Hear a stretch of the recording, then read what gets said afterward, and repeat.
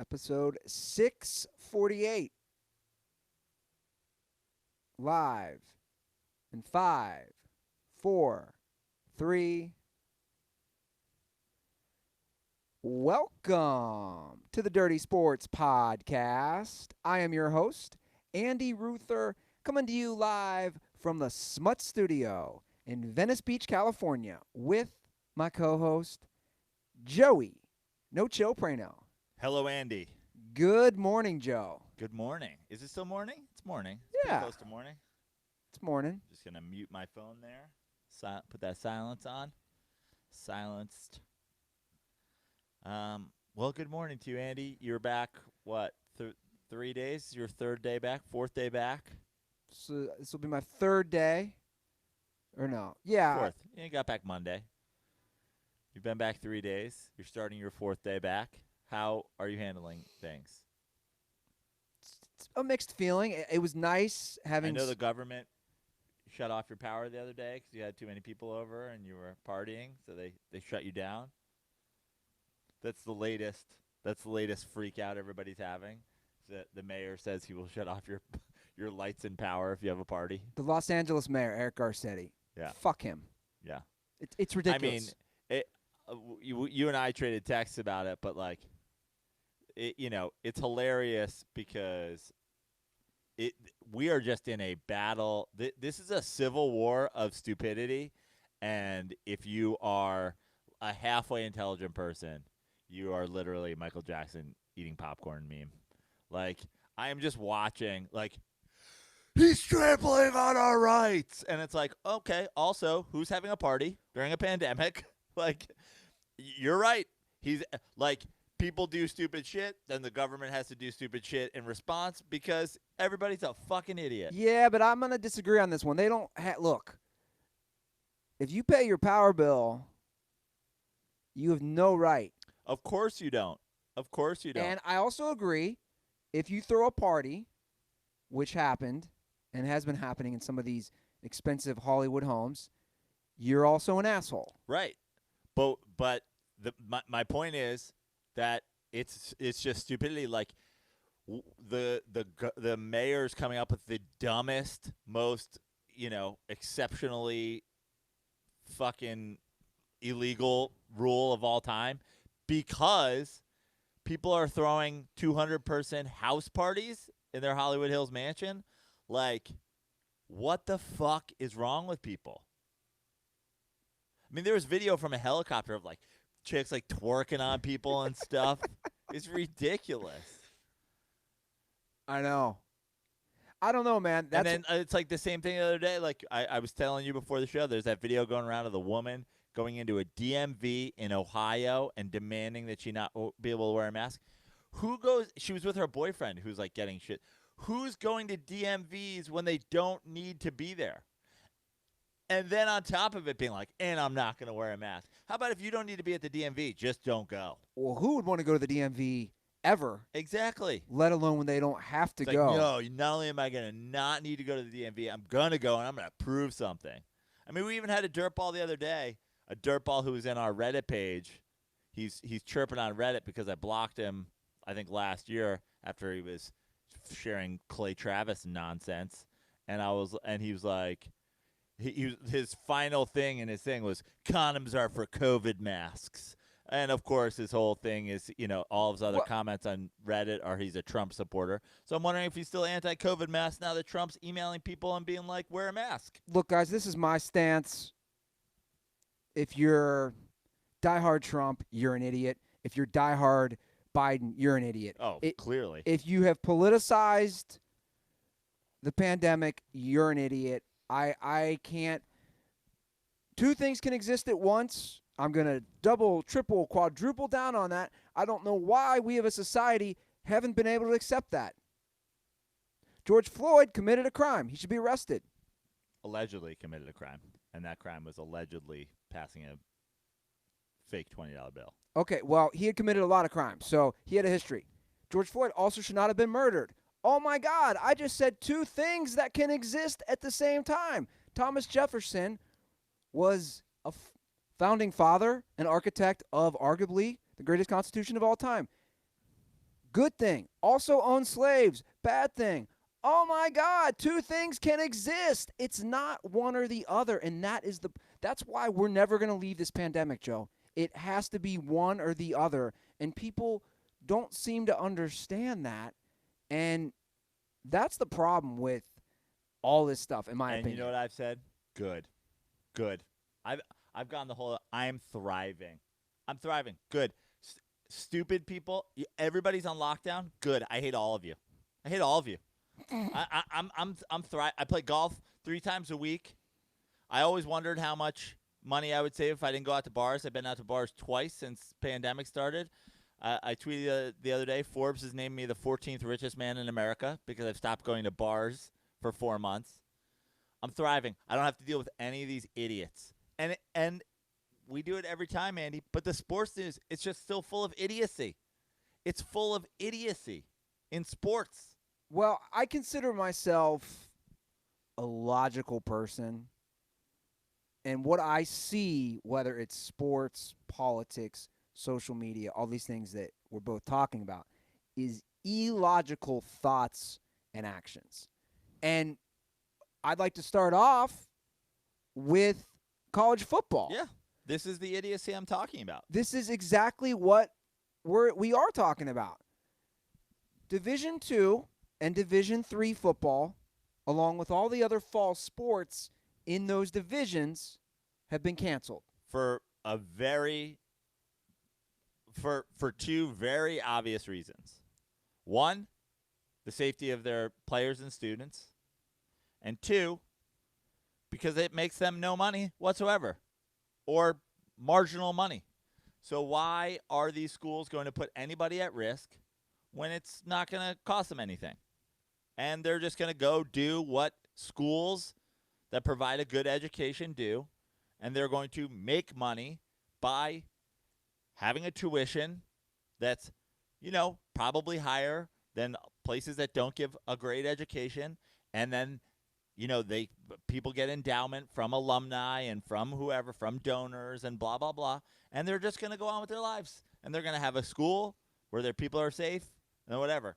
And, of course, Division I, where, and especially in the Power 5 conferences, where they're like, fucking education, we're here to play football.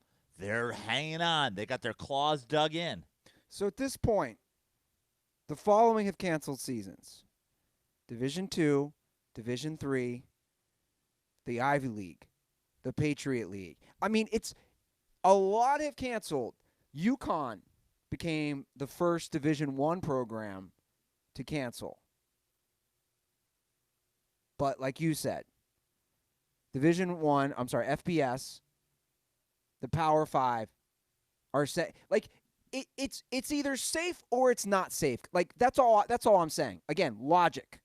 Let's use logic here. I can sit on a plane and fly across country, but when I land in Los Angeles, I can't get a haircut indoors. That's not logical.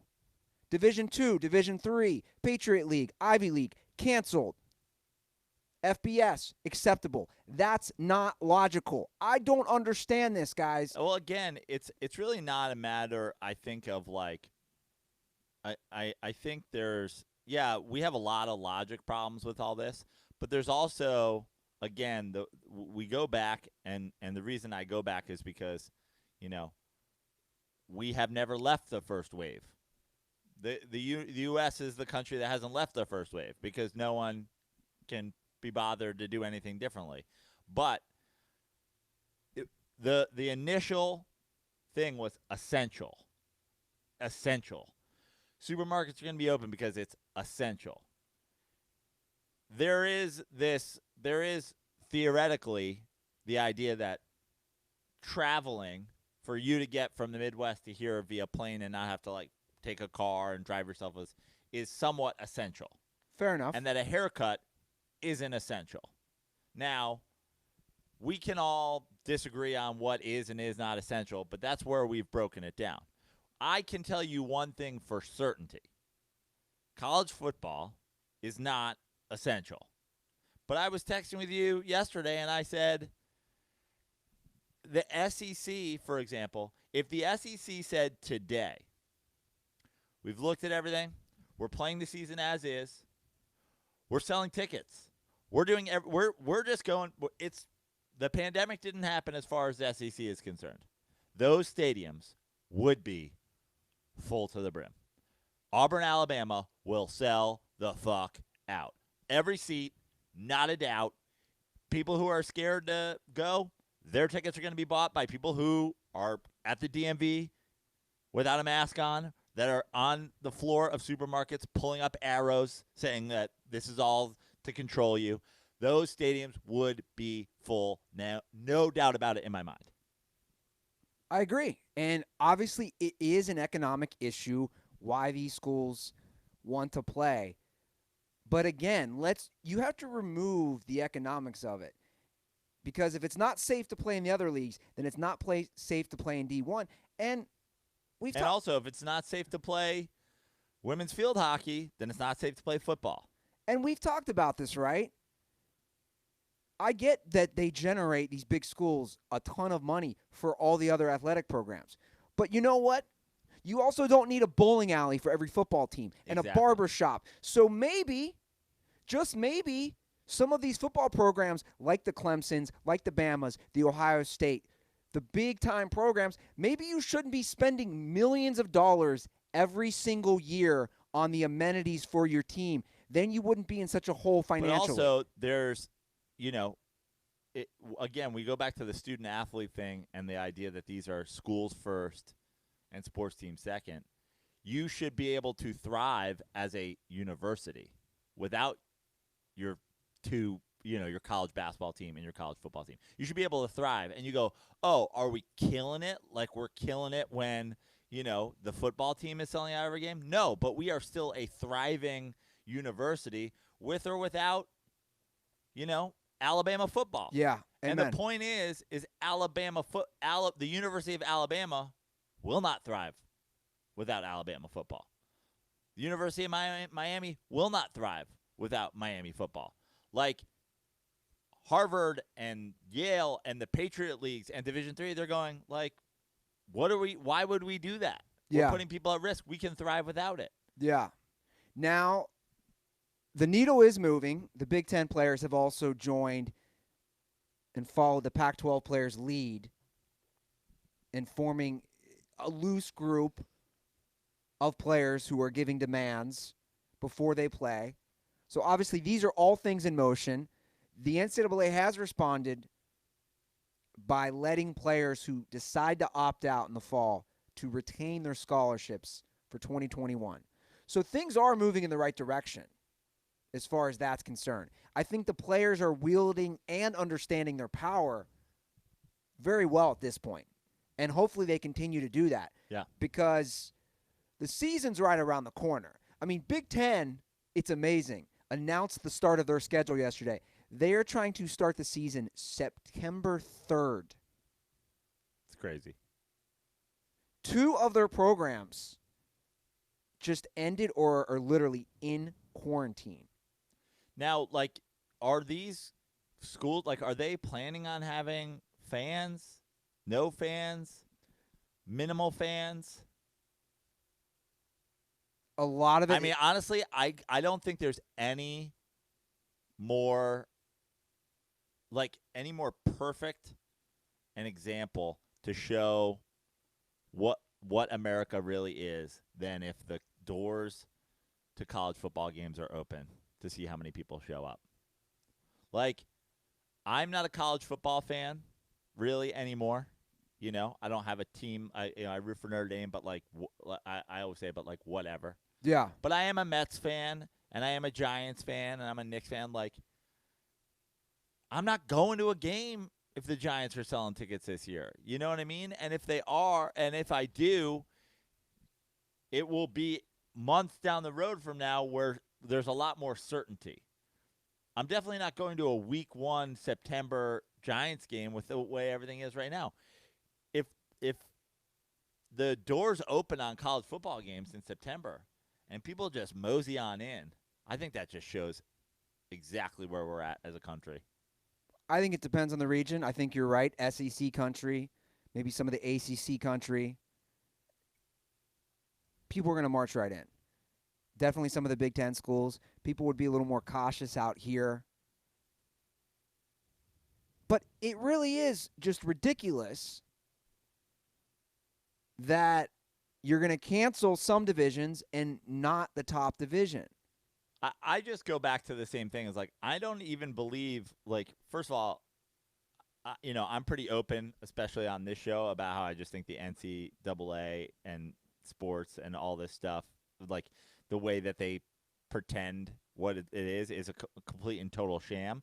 But at the same time, and I'm not really necessarily like a Title IX kind of guy. Like, why does every sport have to get the same thing? If football earns the most, then football should get the most. Like, I don't necessarily believe in the idea that there has to be this like revenue sharing across your sports. But what I do believe is if you're a school and you've decided to cancel a sport because for the safety of your students, to not cancel another sport because that makes you money is ludicrous and kind of criminal. Oh, yeah. Like, if you're saying we've canceled this because we want our students to be safe, but we're not canceling football because we need that money, it's kind of criminal. You're saying you can play this year or you can't, eligibility, blah, blah, blah. We're going to play. If you're not on the field, that's up to you. But it's like you're hurting those student athletes.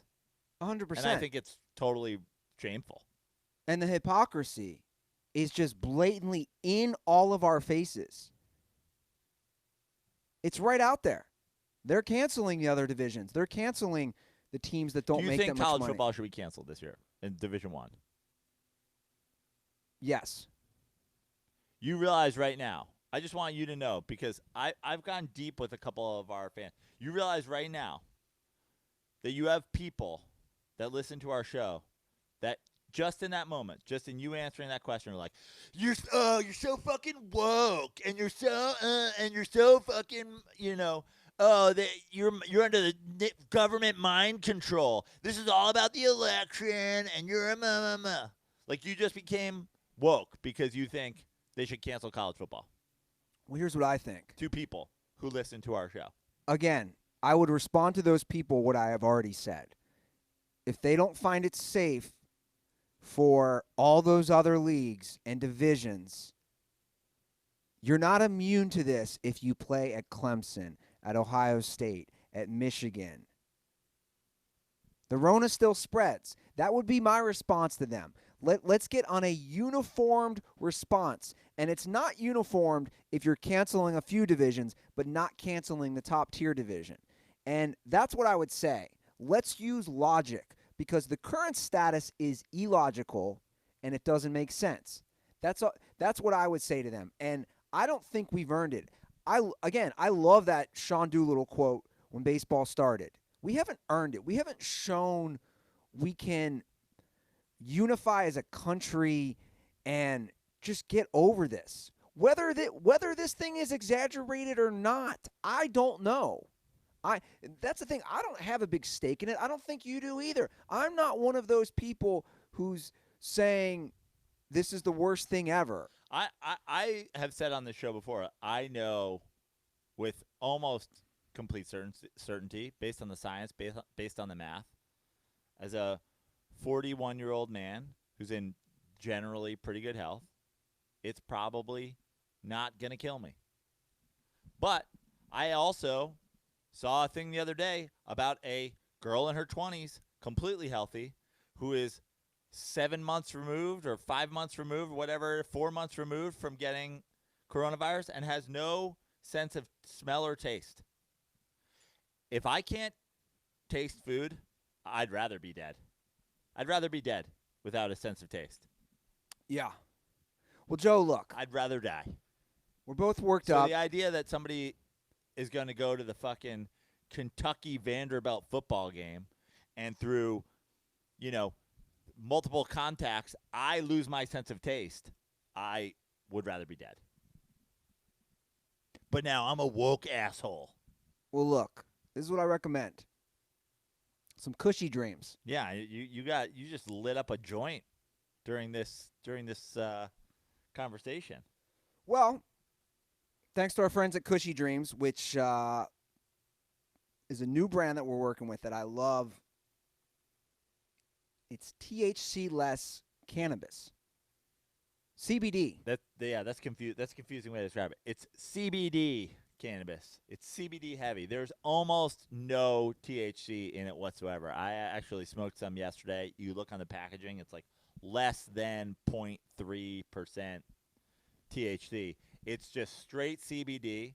For people who don't know about CBD, it's, the THC is where you get the high feeling in cannabis, and the CBD tends to work on you more physically, the body, the relaxation, all that stuff. So if you don't like getting high, if you're one of those people who's like, oh, I'm paranoid, blah, blah, blah, blah, blah, this gives you all the benefits of, smoking a joint without all that headiness. Well, I love that. And I had some yesterday that was like the relax, and it was just like perfect. I was at home, and I was doing some knee stretches, and I smoked a little relax, and it just felt great. So this is the dream, which also obviously is going to relax you more. And I agree with you. There's some times where I just want the CBD. I don't want to get stoned on the THC. And this is perfect. It's great. And even their strain types, their names, like it tells you in one word exactly what you're about to do. Relax, dream, hustle, peace. You're like, all right, I can hustle right now. So Cushy Dreams, you guys need to go to cushydreams.com. It has CBD flower. That's KUSHY dreams.com. And pre-roll joints, which is what I'm smoking right now.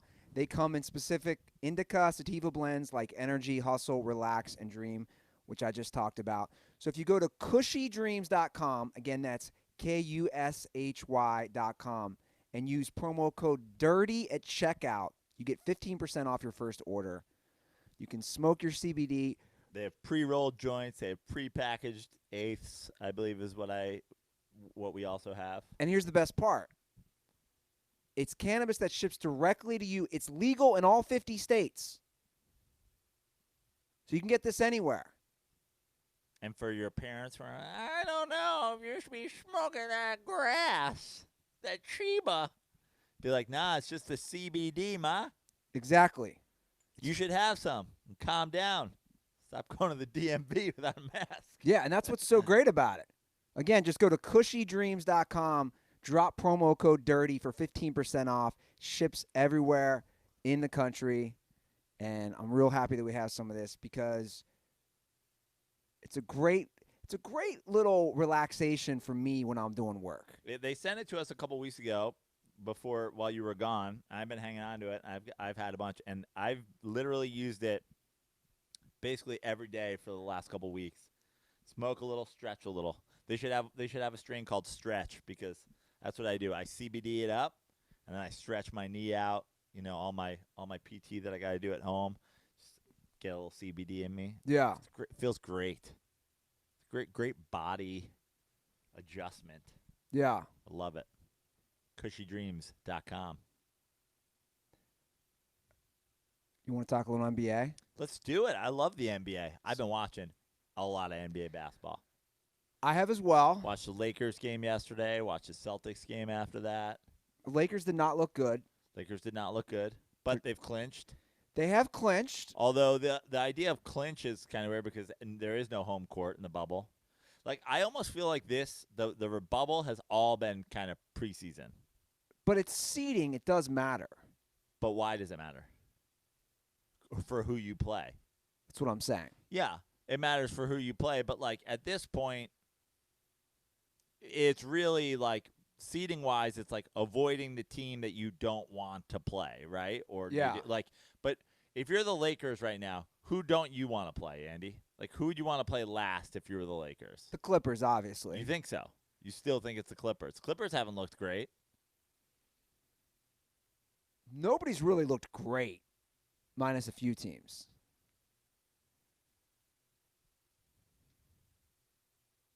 Yeah, I'd say Clippers. Okay. I still think. I mean, I think this Mavs team is going to be tough with both those young guys getting rest. I mean, you go back to that the beginning of that season where I was all in on Porzingis on the Knicks, where he was like playing MVP level, and that was the thing that they always say about Porzingis. Like, it's great, but let me know when he does it for more than 30 consecutive games. Well, they just had a break. He's looked great when they've come back. Luka has obviously looked great the entire year, and now a young guy. A lot of times these young guys end up running out of steam early. The Rockets, the big question mark for the Rockets has always been, how does James Harden do this if you play him 45 minutes the entire year? Seems like every year come playoff time he runs out of steam. He just had a break. The Blazers are playing well. On the East, the East is a little bit different, and also the bottom of the conferences, obviously on both sides, those teams are fighting to get in. Yeah. But for the top of it, like if you're the Lakers, like, okay, they clinched 1, but what does that matter? We don't even know who 8 is yet. The Lakers, I was pushing for Caruso. You know, he hasn't played up to the level he needs to, in my opinion. I mean, I love that you're a Caruso fan, and you did last episode. I didn't want to go too hard, but I felt like you had bought a little too much Caruso stock. He's still very much like a role player. The idea that like Rondo's out and now Alex Caruso is going to come in and run their offense is like, I know he's a fun little novelty. He's a bald white guy who hammer dunks, but he's still Alex Caruso. Yeah. A lot of people were riding the Caruso train, though. Well, I got to take an L on a player, the Ruther curse. Can't wait to hear this. Brandon Ingram. Oh, yeah. We all told you that. Everybody told you that from the beginning. Well, I put this on the rundown, and then we got an actual call. I'm going to play the call right now because I think it's funny as far as my take on Ingram.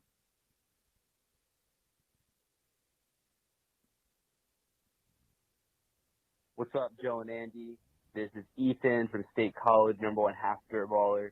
And before I make my point, I just want to say shout out to you guys. I've been listening to old episodes. Starting probably 2 years ago, I started at episode 1, and just been listening to that every single day. Literally during this pandemic, I don't think that there's been one day where I haven't listened. So shout out to you guys for the consistency and the growth of the show. I'm going to continue to support you guys. But, I just wanted to kind of to give a shout-out to maybe one of the lesser appreciated, one of the more overlooked instances of the Ruther curse showing up, and that's in Brandon Ingram this year. So, obviously he was an all-star this year, but if we look at his numbers, I mean, right now he's 13th in the NBA in scoring average at just over 24 a game. He's overall in terms of, stats between points, rebounds, assists, putting up better numbers than Jason Tatum, CJ McCollum, Kemba Walker, Jimmy Butler, and, this all coming from, just not that long ago, I just listened to some old episodes where Ruther was saying, oh, Brandon Ingram's a bust, Lakers need to get rid of him, he's not going to help their team, and I'm thinking now the Lakers are like, man, I wish we could have given up Kuzma instead of Brandon Ingram, because Brandon Ingram is looking like, Ruther gave him a one-way ticket to the Hall of Fame, so we'll see how that ends up going, but, it's interesting in the world we live in today where everything, we're not sure about anything anymore, the pandemic, we don't know what the news is going to tell us tomorrow, everything could change depending on the day. It's nice to know that some things like the Ruther curse will never change. So shout out to you guys, love the show, and of course, condoms are for Sam Tripoli and Joe Barton. Stay dirty. Ooh, a little shots fired at the Sam Tripoli. So I think there's a lot of levels to this. I think we got to start with first and foremost. You were always reckless in canceling Brandon Ingram. Like the whole time, everybody was telling you he's 21 years old. I had no patience. He's 20 years old. He's like barely whatever. Now, in addition to you hating on Brandon Ingram early and being wrong and not seeing the way he would develop, there's a couple of other things here. One, and this isn't a diss of LeBron James. I think everybody knows I wouldn't do that with a gun in my mouth. But he has a very similar role-ish. I mean, no one has a similar. No one is LeBron James. No one in the history of the game is LeBron James. But Brandon Ingram is now the guy as far as scoring goes on that team. He was never going to be that on the Lakers. LeBron is going to run the offense. You bring in Anthony Davis, now Brandon Ingram is a third option at best. So the idea of them keeping him and then him being this for the Lakers, obviously he has this skill and he has this talent, and they would be ecstatic to still have him and not have given him up. But at the same time, what it comes down to is, again, it seems like Lonzo was going to go and Hart was going to go. It seems like the question is, was it going to be Kuzma or was it going to be Ingram? And a lot of people who are Lakers fans were excited that it was Ingram instead of Kuzma. I think Kuzma has not made any sort of leap that makes that worthy of a discussion. Well, Kuzma, at the time, was a significantly better outside shooter, and he has been trash for the Lakers. yeah, he's regressed. Kuzma's regressed. Especially post-bubble starting. His outside shooting has been suspect at best. Well, he's regressed. You know, you talk about the Ruther curse. He's got that Kardashian-Jenner curse. Didn't Kuzma date one of the Jenner girls? I don't know. I can't keep track, but every single one of them, for the most part, have been tainted. But as more of a slashing scorer that But they would have Ingram had to is? give up Brandon Ingram in that trade. I don't think the Pelicans were saying it's either Kuz or Ingram. No, but a lot of people were Because saying Ingram's a top 5 pick. a lot of people were saying we're okay with this deal provided that they hang on to Kuzma. And now people are looking at Ingram going like, man, he's being so great. And what are we stuck with? Like, oh, we got to keep Kuzma. And like Kuzma has been. If Kuzma was thriving, you're like, okay, we got LeBron, we got Anthony Davis, we kept Kuzma in the deal. It worked out. And of course it worked out. They got Anthony Davis. But the point is, Ingram has made the leap, and Kuzma has regressed. That's what makes the trade and the lack of Kuzma being involved in it and whatever. Because, like, at this point right now, would you rather have Lonzo than Kuzma? Would you rather have a guy who's going to come in and be the point guard when LeBron goes to the bench, or be the point guard when you want to take LeBron off the ball? Or do you have Kuzma, who's really, really, really not playing well? No, he's not. I mean, yeah, he's not playing well. Yeah. So that's where, I mean, but that's why I say there's a lot of levels to this. But the first and most important level is you're get rid of Ingram at all costs. He's trash. He's a bust. Was always a terrible take. Everybody tried to tell you. Well, look, We're like, the kid's like 20 years old. it's nothing personal against Brandon Ingram. I just had very little patience for some reason. I think as someone who watches a lot of Lakers games throughout the years, I was very frustrated. This is up until this year this is like the worst stretch in history. I don't think people realize that. The Lakers are always in it for the most part. Yeah. Since they've come to Los Angeles. They're the first team since I forget who to go 5 consecutive years without being in the playoffs and then to clinch the 1 seed. Yeah. So this is the worst stretch. I've been in LA 13 years. That many years without a playoff appearance. When I moved here, they're competing for titles instantly. I mean, there was a point where the Los Angeles Lakers, from their move to Los Angeles to like where they were basically won every other year. Or were like in a finals every other year. Yeah. Like if because obviously there's a bunch where they went in a row. Remember I used to have that poster of all the titles? Yeah. A throwback, the old apartment. Yeah. I believe it was where that TV was. Yeah. When you used to just have things taped to your walls. Your Bob Marley poster, your black light, your college collage. I was thinking about that the other day. Even now you have your childhood drawings at least in a frame. You used to have things scotch taped to the wall. And not like scotch tape from behind. Not like double-sided scotch tape. You're just like scotch taping it to the wall. God, it was embarrassing. And this is relatively new. It hit me the other day. When Jesus came and painted my apartment, and I barely helped him, and he just got lit on booze, that was October of 2017. Yeah.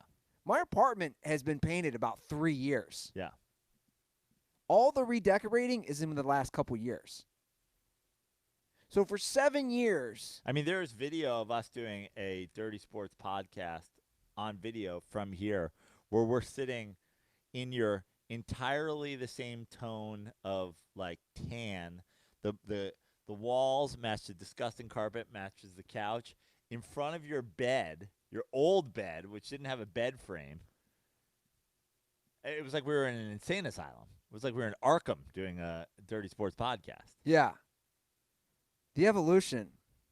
It took a while, but What it took, the spark was getting rid of that goddamn couch. That green, awful cesspool smut couch. Well, Joe, you said the couch was out of here January of 2016. I'm just saying that was the ball rolling. It took a while still after that. I know. But that was first things first. That horrific couch. So, speaking of couch, Tug is so funny. Tug obviously was coming over here when I was gone. There was a mark on this couch. He FaceTimed me. There's a little black mark. And he called to just confess. He didn't know what it was. You might be sitting on it. It's so small. And he said he was going to take the cushion back home to clean it. And I go, bro, you got to relax. Why did he like pen marked it him like something like that? Yeah. And I said to Tug, I go, Tug, the couch is coming up on 5 years old. It's all good. It gets a lot of use between the podcast, between me, whatever. I said, Bilbo sleeping on it. Yeah. I said, don't worry about it. And it was just so funny because Tug is such a Tug is like the nicest guy ever. He's such a nice guy. No, I want to take it home. And I said, Tug, because Tug has no clue about the former apartment. Right. He's wanting to clean and scrub off a little mark on my couch cushion when I literally used to live in a third world country in my apartment. Well, Joe, tonight the apartment will have the TV screens going. I'm going to be watching Lakers, Rockets, 6 p.m. Pacific Standard Time, TNT. And I'll be on the Stakes app. Stakes is fun. I was on it last night during the Celtics-Nets game for a while. I love it. My favorite part about it is, the Lakers, Clippers, the Lakers, Rockets, whatever. Those games are interesting enough on their own. The 40-point Celtics-Nets game, I don't want to watch it, but I tune in and I watch it along with the gameplay on the Stakes app, and I'm betting on things that are happening every 5 to 10 minutes, and you're invested. I remember literally at one point at the end of the first quarter yesterday, it was like, will the quarter end on a, like, odd or even number? First quarter, yeah. And I was like, if Gordon Hayward misses one of these fucking free throws, he better miss 2 or he better make 2, because if this motherfucker misses 1. I love it because the Stakes app, when we've discussed this, it's like HQ Trivia meets live sports meets your group chat. It's totally free, guys. So download it. I love the discussions. I was talking to Bilbo. I was talking to Nick D'Alessandro about that the other day. He was saying how much he personally loves the app.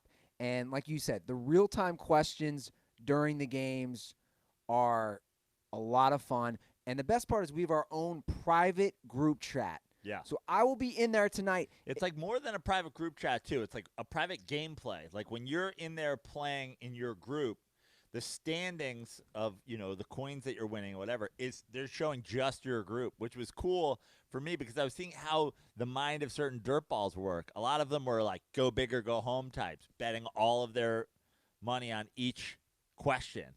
And then some, like I'm in there going like, all right, I'm going to use like 30% of each one on it so I have something to play with. There was a guy, I think Big D Maynard or whatever in there, who was just going like, all of it, all in, all in, all in every time. And he was on a run for a while, and then it bit him. Yeah, so join our Dirty Sports group chat after you download Steaks from the App Store. Enter group code DIRTY, and you're in. It's that easy. Chat and compete with Joe and myself, along with all the dirtballs during the live games. Plus, Steaks is offering our private group members special game perks that increases your chances of winning free cash. Everybody loves cash. Steaks is currently only available on iPhones and the iPad. You, again, play for free, no credit card or purchase necessary. And come at me, guys. Tonight, I'm going to be in there all game, watching the Lakers, watching the Rockets shoot 400 threes. Come at me. Come at Joe. Yeah. How do people get in our private chat again, our private group, Andy? They just download the Steaks app and enter group code DIRTY. Love it. It's that easy.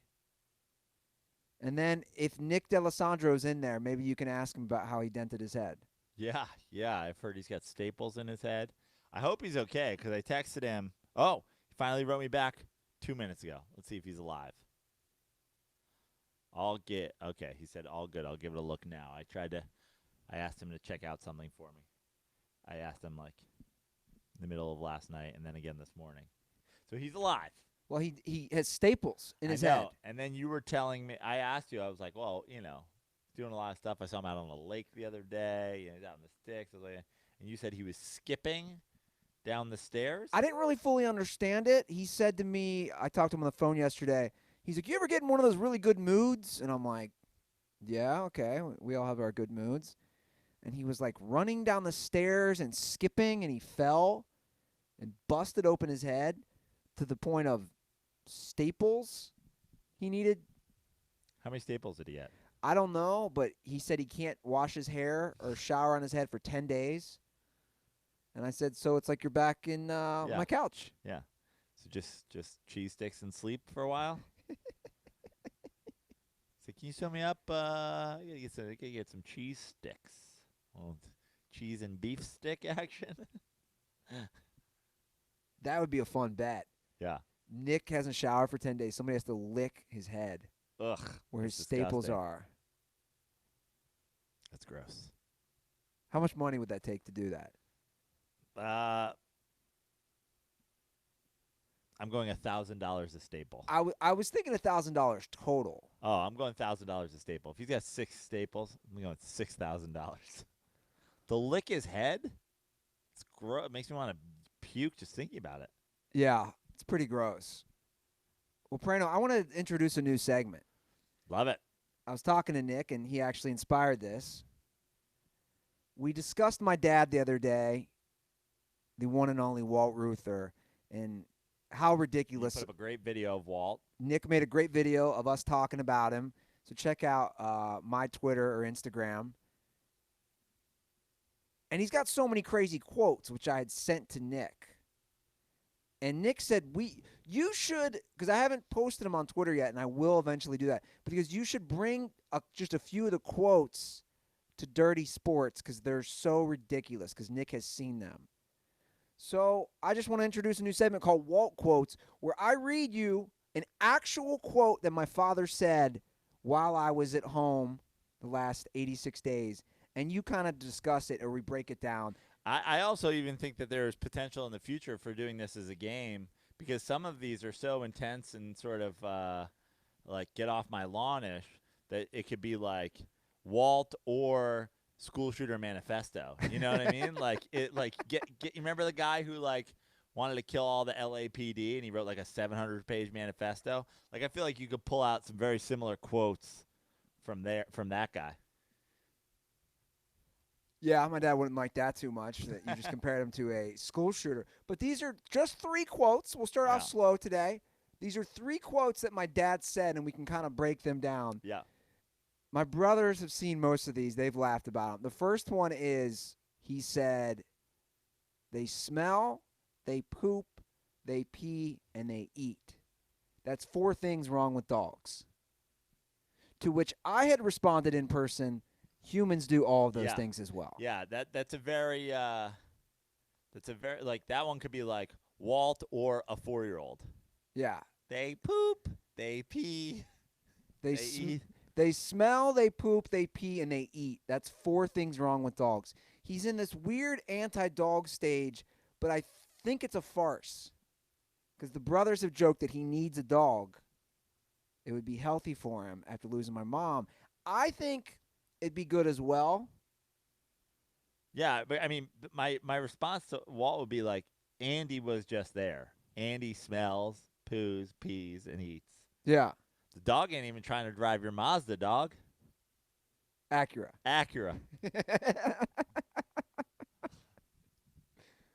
That's actually a great segment for our next Walt quote. But this is referring to his Honda. I'm going to be buried in that car. Just dig a hole and toss my ass in it. It's cheaper than a casket. So to this one, I read this, and it made me think of Hunter Thompson. Like, he did an interview back in the day where he talked about how he wanted to be put into a cannon and blown up and have his ashes scatter across the valley behind his house. And he described this very elaborate thing that he wanted to have happen. And when he died, Johnny Depp paid like $5 million or something to make it happen. They had this they had a pyrotechnics expert make the thing that he had envisioned, and they did it. They blew him up, and his ashes scattered across the valley. I see this, and I say, it is now Andy and Andy's brothers, literally their job to make sure that this happens. Yeah. Like, do not let your dad go into a coffin. He wants to be buried in that car. He's probably, like, they love to, like, rape you on the price of a coffin. Bury this dude in his car. Like, if you guys don't make it happen, I will be disappointed in you. Well, I am sure that there is a plot available where they'll put his car in there with him, right? yeah. The problem is his plot has already been taken next to my mom. But At the very least, put him in the seat. this is where this conversation Put the went. steering wheel in the coffin with him. Something. We're- This guy better have some part of this car there with him. We're in his car, and I said to him, Dad, when did you get this car? And he said, 2003. And I said, you've had so many other cars since you've had this Honda Accord. Why do you love this so much? I bet you since 2003, he's had at least 3 other cars alongside that. And that's what spurred this comment. And you're right. Then the casket, obviously we just went through this as a family as far as the expenses of those things. And he's like, just toss my ass in it. And the mental image was just too much for me to not just hysterically laugh at. I kind of think you got to give the guy. I mean, these are his final wishes. You know what I mean? This is what he wants. He wants to be buried in his Honda. You guys better make it. Like, get Johnny Depp on the phone. Figure it out. Is he holding the stick shift? I don't know. You got to make this happen, though. And the final quote from today's Walt Quotes, goes along the lines of being cheap as well. He said to me, if they charge you more than $8 for a haircut, you're being overcharged. That's just a wild number. If he said $15 if you're being charged more than $15, I'd be like, okay. You know, he goes to Supercuts and he doesn't see the value. Like, he gets a haircut he likes and he sees the value in it. And he doesn't understand why you could need $8. Does he take a time machine to get his haircut? Does he get his haircut in 1975? Where can you get a haircut for $8 these days? I think where he goes, Salem Barbershop, which is close to where he lives. I don't even know how you keep the lights on for $8. I think Randy, and I used to go to Randy, I think it's near that. I'm not 100% sure that Randy still charges $8, but I think it's really close. I almost think it's disrespectful. Like, I got a haircut when I was in St. Louis. I needed a haircut bad. You remember when I got my haircut, and I went to like I found like an old-timey Italian barbershop. Yeah. I think the guy charged $15. I felt rude not just giving him the $20 bill. I felt rude asking. Like, even the 20% would have been $18. I was like, I'm not asking for $2 back. Sure. I'm giving this guy $20. If it had been $12, I'd have given him $20. Yeah. You know what I mean? If it had been 11, like if it had been 10, okay, maybe I'm giving him 15. But like, how do you even give a guy $8 and feel about like I can't think of anything. I can't think of any service somebody would provide me that takes 15, 20 minutes to do. This guy makes $16 an hour. That's a great point. What would you pay $8 for a service? Like, I mean, half the time I go to the coffee shop here, and the options when I'm done are like $3, $4, $5. I'm like, you didn't even do anything. All you did is punch in my order. Somebody else is they're gonna make me coffee. Get out of here with that. And they want a third of the price of Walt's haircut to pour me a couple cups. They're not making it; it's already made. You know what I mean? But $8 for a haircut, I'm still giving that guy $20. I'm more worried about Walt. Like, Walt doesn't have a concept of what it costs to live in this country. This barber must be churning people through, charging him $8. Hope he owns his location. He does. Yeah. Again, I used to go to him.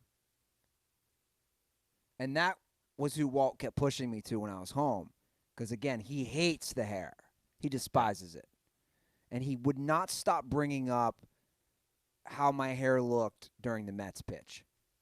Since we watched those pictures that he put on the screen again. Your hair looks so much better when you and Joe were in New York and blah, blah, blah. Kept every day, go back to that haircut from the Mets game. You look like a damn protester. Look like a damn protester.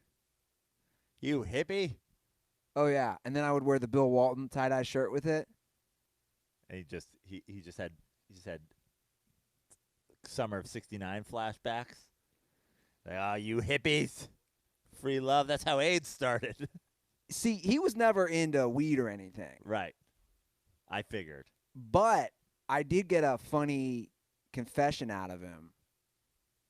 Not even a confession. He just was saying, yeah, I was at a Jimmy Buffett concert and they were passing around a joint and I smoked some of it. It didn't do anything for me. And I said, that's the only time you smoked weed? And I actually believe him. And he goes, yeah. He's like, dude, we started drinking and smoking cigarettes at like 7th grade. We just never were into that. My dad didn't get high, I think, till my brother's wedding. And there was a few years in a row where, like, so my brother, I don't know, I think he's like 10 years now, not 10. No, his kid's like 10. I don't know. So Mikey's wedding. Yeah, Mikey's wedding. So Mikey's 3 years younger. Mikey's 38. Mikey probably got married at 26, 27. You know what I mean? So that's, let's call it like 12 years ago. You know what I mean? And that puts me at like, a little bit before 30. I mean, from the time I was in college. So basically, my dad had, 8, 9 years where, me, like, if I believe in something, I'm not like. I was pushing it on my dad. Like, I'm like, yep, smoke pot. It's a deal. He's like, yeah, you're a drug addict. And I was like, you have 3 espressos before you leave the house. Like, you're a drug addict. You know what I mean? And we would have conversation. I'm like, you need to eat some mushrooms, Dad. And he'd be like, I can't even believe this. And then he was at my brother's bachelor party in Atlantic City. And, casinos, they never have windows. And it was like 25 guys smoking joints. Like, no one even cared that my dad was there. We were just like, it is what it is. I'm certain that he had a contact high from just being in a windowless room with like a bunch of dudes smoking pot. But then at my brother's wedding, after the, ceremony, we go for the reception, and he's like, you got pot? And I'm like, I do, Dad. And he's like, I think I'm going to get high. And he was just like, it was a whole new world. He was like walking around, staring at, like, he was gonzo. Luigi was done. Yeah, yeah. He was high, and I don't think he knew what to do with himself. Well, I explained to my dad. But he made it till, my point is, he made it in his late 60s. Yeah. Mid-60s. I told my dad, I was like, they have edible marijuana. Like, he was just listening. We were in the car. I was trying to explain to him. I go, you can get it in food form. You don't have to smoke it anymore.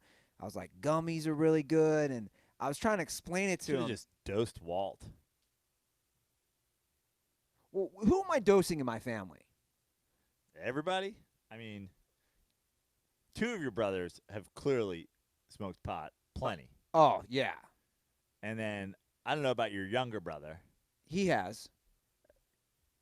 Your brother Brad, what's his like? Bro, Has he smoked pot no, five times in his life? never. Never. Yeah. He should be dosed. That's what I had this discussion with my brother Greg last week. I said we got to get Brad stoned. I feel like you need to get Brad stoned because I feel like Brad, and you've even told me about it now. Now he's like going around mask policing. Oh like, yeah. Like I feel like your brother is like RoboCop. You know what I mean? Like it's not a matter of like he's gonna be the same kind of guy no matter what. I just think we like need to reprogram him for good. You know what I mean? Yeah. Like I think we need to turn your brother into a freedom fighter for like he needs to be on our team because he's gonna be a soldier no matter what. He's just like a born and raised soldier. He is. But now he's like but then he always seemed like a guy to me who was like he would be a Trump lover. But now you're like, oh, he hates Trump. He thinks he's an idiot too. He's never been a Trump lover. Right. I know. But my point is, I think we use like if you dose your brother, it could just like open his mind. Suddenly he's out at suddenly he's like organizing marches and shit. You know what I mean? Like I feel like your brother is like the kind of guy that we need to lead these protests. They don't have real leaders. They don't have any structure because the one side of the world is that structure. The other side is the fire. You know what I mean? I feel like we dose your brother. We bring over a leader to our side. Like we need a general on our side. But what's he leading?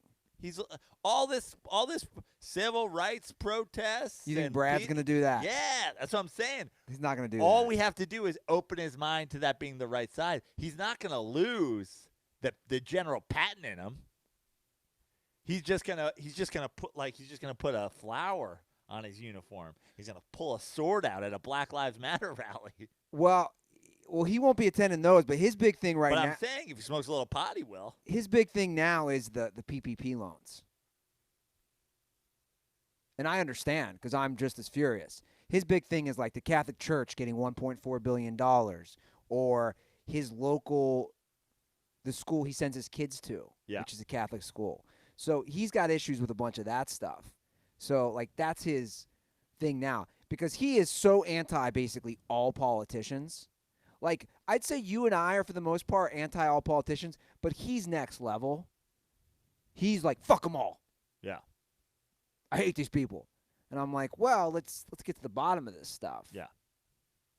But that's what I'm saying. I mean, I am with him on that aspect of it. That's why I'm like, put a little mushrooms in his coffee. The next thing you know, we got like a RoboCop on like the freedom side of the platform. Yeah, there could be some work here. Yeah, it could we be need done. a general. Yeah. So I saw this story. You know me and my Wall Street Journal every day. This one made me laugh, especially that we are in the middle of the economic depression, basically. Right. They are creating a Disneyland of football. I don't even know what that means. Up in Canton, Ohio. Right. So you see this picture? Yeah. So they redid the Football Hall of Fame stadium. Right. And now a former Disney exec is creating a football-themed water park, hotels, retail space, and apartments on a $300 million development up in Canton, Ohio. A football-themed water park. I was hoping that there'd be like more of like amusement park style. Like, you know, when you go to like Universal, you can like ride in the DeLorean and you're like, oh man, this is like what it would be like if I was in Back to the Future. Like, I would love to go on a thing and it makes you feel what it's like to have CTE. You're like, you stand on line for an hour and next thing you know, you're like shaking and rocking around. Football amusement park. What does a water park have to do with football? You're just going to be sliding out of a giant Gatorade bucket? You're going to be... It's a good question. But cool. Have you been up there, by the way? Canton, Ohio? No, I have not. It's a real dump. Here's a terrible confession. I've never been to Cooperstown. I haven't either. I mean, but you've been to Canton, Ohio. You're from Ohio. Exactly. I'm from New York. I never went to the Baseball Hall of Fame. Yeah, that is crazy. I am shocked about that. I think it's like 2 hours from where I grew up. That's Yeah, it? like the idea that I didn't ever get in the car Ooh. in high school or college, just be like, guys, we're going to the Hall of Fame. Yeah, Kind of ridiculous. it is. Never been to the Statue of Liberty either, but I don't even want to see that. So Yeah. Yeah, Canton's a real dump. It's been a while, so maybe it's changed, but it's just one of those areas that it's still funny to me, and I understand the history of why the Football Hall of Fame is there. But the Football Hall of Fame is a very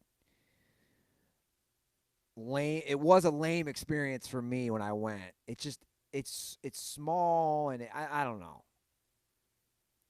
why Canton, Ohio? And it's something to do with the history of football starting there. And obviously, Paul Brown, who started the Browns and then the Bengals, he was from nearby Massillon, Ohio. And he's like basically one of football's founding fathers. And then his son ruined it. I mean, you got a lot of Hall of Fames just in Ohio. You got a Rock and Roll Hall of Fame in Ohio, the Football Hall of Fame. As far as America goes, 2 big Hall of Fames in Ohio. The college football used to be in Ohio as well until the last, 10 or 15 years. They used to be out there on, God, what was the name of that? What was that, like Galbraith Road? Yeah, it used to be right out there, right by me. Not like 20, 25, 30 minutes from where my parents' house is. Yeah, I don't know why. I've never been to any of the Hall of Fame. Springfield, Massachusetts, where the Basketball Hall of Fame is, also not that far from us. Probably also like 2 hours from where I grew up. Never been to any Hall of Fame. Never. I was in Cleveland, but didn't go to the Rock and Roll Hall of Fame. We need a speaking Hall of Fame that tour. We need to do our Dirty Sports Hall of Fame, Yeah, I know. We need to get these bobbleheads made. right? Yeah. How many members we have now? 3? Mitch, Stanga CT, and CT. and Stanga. It's a solid crew. All straight white males. I wasn't gonna. I was just gonna say it. Actually, I don't want to speak for any of them. I've met Mrs. Mitch. I've met CT's wife. He's married now. Yes. Right? Stanga, I've hung out with, and just his time at Hoosier Girls makes me think that he's straight. But I don't want to speak for any of them. Maybe they are. Adventurous. Here's what I think we do. We have a ceremony with our 3 Dirtball Hall of Famers, and the ceremony is commenced with everyone tipping the glasses. We make a cheers to some Miller Lite. The best way to celebrate your induction into the Hall of Fame. The gold jacket and a golden Pilsner. I love Miller Lite. Andy, I'm out of coffee. I should probably get a Miller Lite. You can get one if you want, or you can stay put right now. Okay. Whatever you want to do. I know you're sitting next to our amazing Miller Lite fridge. Which I can't believe that this thing still sits here unplugged. I might have to take this thing from you. Yeah? Yeah. This thing should be stocked with Miller Lite. I agree. It really should, guys. Guys, Miller Lite, great taste with only 96 calories and 3.2 carbs. However you and your friends are enjoying Miller time this summer, you can have the original light beer delivered by going to MillerLite.com/dirty sports and find the delivery options near you. Celebrate responsibly. Miller Brewing Company, Milwaukee, Wisconsin, 96 calories and 3.2 carbs per 12 ounces. So once again, we have our own link now with our friends at Miller Lite. I encourage all the dirtballs to use it. MillerLite.com/dirty sports. It will show you where all the Miller Lite is in your area. Locations you can go get it. Places that will deliver it to you. Services that will deliver it to you. We have, I got to say, Andy, this is our relationship with Miller Lite started long before Miller Lite even knew about it. The Dirtballs have for years been sharing their Miller Lite drinking with us, and we in turn shared it with Miller Lite, who's come aboard officially. All of that all got us to this point, but there's never been a better way, truly, to show your support for the Dirty Sports Podcast and your love of beer than going to MillerLite.com/dirty sports and just order some Miller Lite to come over. Invite that Miller Lite over. Yeah. I'm going to do it. The second I leave here today, because I'm running low on some Miller Lites. I think I got 3 left in the fridge at home. I'm going to order some Miller Lites. MillerLite.com/dirty sports. Guys, do it. Send us a screenshot of your order. Send us you drinking your Miller Lite after it arrives via delivery. Don't go out. Don't venture out into the world right now. You don't need it. Go to MillerLite.com/dirty sports. Order it to be delivered. The easiest way. The path to a gold jacket is paved in golden pilsners. It's not a golden road like the Wizard of Oz. It's a golden river of the greatest American pilsner. Hop on the raft that is the Dirty Sports Podcast and ride it to a gold jacket. Get me thirsty over here, Ride Joe. the river of Miller Lite. You know who I think should jump in the Ohio River and just ride it until it goes out through the Mississippi and down to the Gulf is the Reds manager. Okay. I was gonna ask if I could guess. I was gonna guess Rob Manfred, but you're getting more specific in baseball. The Reds manager, David Bell. Correct. Of the famous baseball Bells. Correct. There's a Buddy Bell. There's a David Bell. There's a Gus Bell. Mike Bell. When there was there's a lot of Bells. It's like the Bells and the Boons are like the, And they're both connected to Cincinnati, which is crazy. Yeah. I just, and I know you and I do this every year. I can't handle the micromanaging. I just can't do it. I don't get it. Oh, I get it. I know why. It's the worst thing that has ever happened. It's Moneyball on steroids. It's the analytics have taken over. These managers basically have to sign a deal saying that they will listen to the computer and do what the computer says. But I tweeted this out the other day, obviously, because I was watching. Hal is running your favorite baseball team. I was watching the Reds game, the Reds Indians game. Alexa, when should I take my pitcher out? Is basically what's happening. But this isn't just a Reds problem, or right. This is all the teams. This is what I tweeted out, and I think it's a legitimate complaint and discussion. I don't understand it. Do these managers not believe in momentum? I've never seen across sports. Normally, the coach or the manager, whoever's calling the shots, follows momentum. If a guy's pitching well, I don't care if he has 90 pitches through 6 innings. If he's pitching well, you leave him in the game. There's momentum. There's also, just having a relationship with your players and saying, how do you feel? And do you want to keep going? And do you not want to keep going? Obviously, there was the very famous, as a Mets fan, end of the 2015 World Series where, they were going to take Harvey out. He demanded he stay in. He blew the game. But, I always say, it never should have gotten there. The guy was pitching great. I feel like they put in his head that he shouldn't be Superman, that he shouldn't be the Dark Knight by being like, we're going to take you out, and then him having to argue his way back in. I understand young pitchers with arm trouble and blah, blah, blah, but this has gone so far that I've said it before, the pussification of baseball. Every young pitcher now has arm surgery. Every young pitcher has an arm problem because they get babied the whole way through. Well, they're never not babied.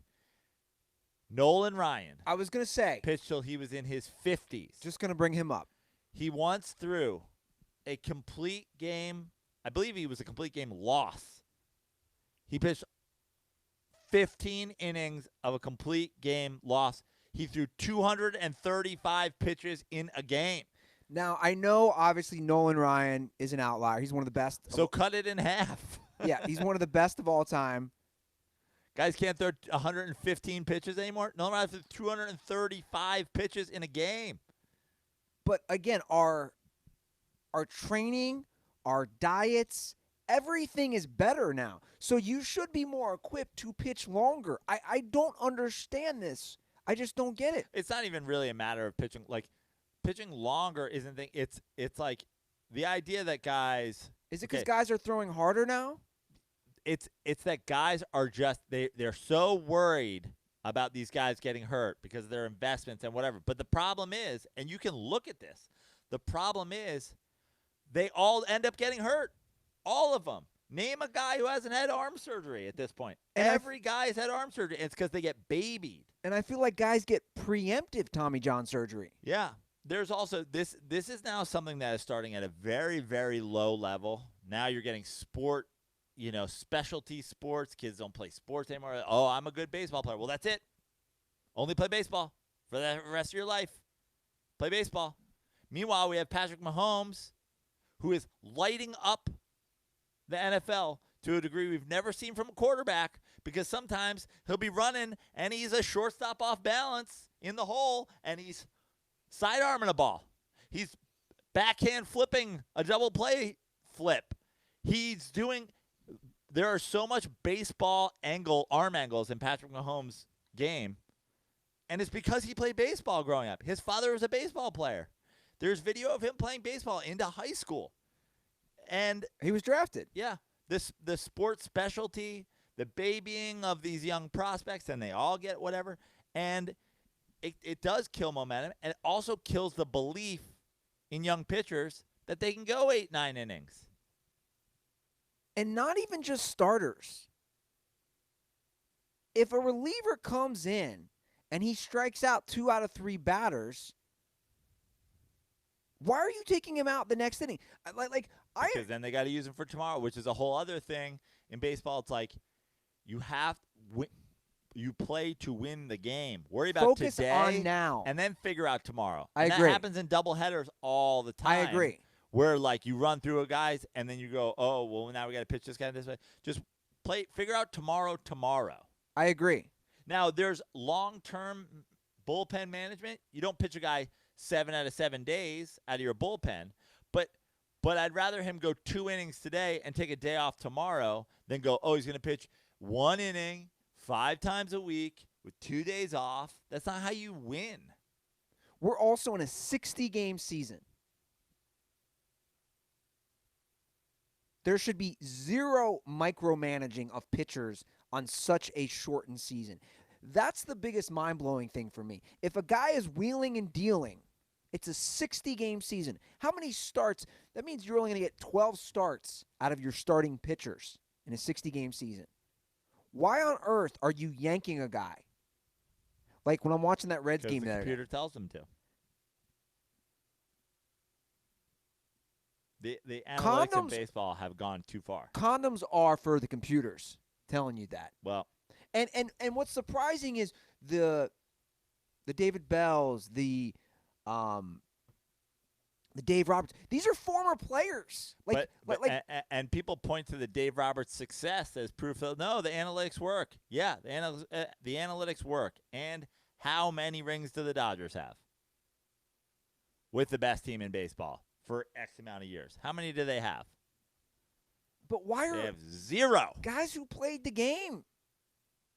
You played as a former professional athlete, you understand the power of momentum. You understand the power of trusting your gut. Dave Roberts is the walking embodiment of momentum.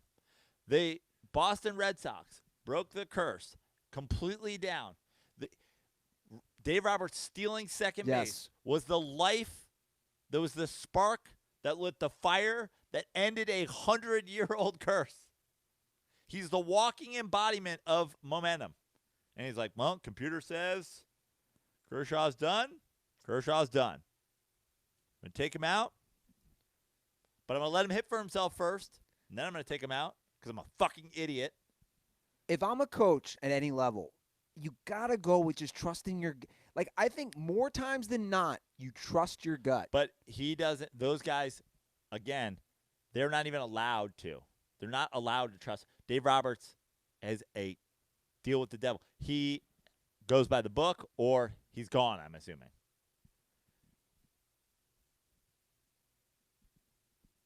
It's terrible.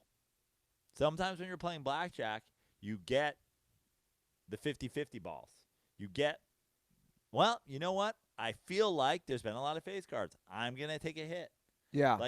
Sometimes you got to go with your gut. You got to split cards to get dangerous. Sure. You can't. You go by the book. The casino is set up to win. If you're not doubling down, if you're not splitting, you're not going to win in the long run. You got to get hot. That's how you win. You got to get hot and walk away at the right time. By the book is the safe way to play, but it's still stacked against you to lose. The odds are in the casino's favor. That's why they build casinos. So going by the computer is a terrible way to win. Long term, it's going to lose you less, but it's not about losing less. It's about winning. Yeah. God, it's so frustrating to watch. It's crazy because obviously I am not an expert, but I also know when you watch these games, it goes back to what I was preaching in the beginning part of the show. Just logic. Like, the logic tells you, oh, this guy's retired 10 batters in a row. He's given up 1 hit in 6 innings. I'm not pulling him. Like, that's the logical thing to do. Now, every case isn't the same. Again, if a guy's not feeling well or whatever, but like, as a Mets fan, I see this all the time with Jacob deGrom. Jacob deGrom is the best pitcher in baseball. It's not a question. It's not a question. The amount of games he's been pulled out of because he hit some completely made-up pitching number, and then they go on and blow it. It's ridiculous. I'm going to Google. I want to know the history of the pitch count, how it started, who started it. I'm sure there's YouTube videos out there on it. I want to know where this whole thing was created. Yeah. Because it is ruining baseball on top of Rob Manfred. Right. Who now said a couple hours after Monday's episode, he's basically saying there's a good chance not every team's going to play 60 games? What? Yeah. I think it's a certainty at this point that not every team's going to play 60 games. And the idea of somebody missing the playoffs because somebody plays 8 or 10 less games than them and has a better winning percentage is ludicrous. It's honestly, at this point, it's almost strategy. Right? If you're the Marlins, they didn't play. They come back. I think they're 5-1 now. If they keep up a hot start, why not just say, another flame up. Let's take another couple weeks off, come back, win a couple more games because all our pitching staff is rested, and go into the playoffs 12-3. The Marlins are 5-1. Yeah. The Mets have played 13 games. Yep. The Braves have played 13 games.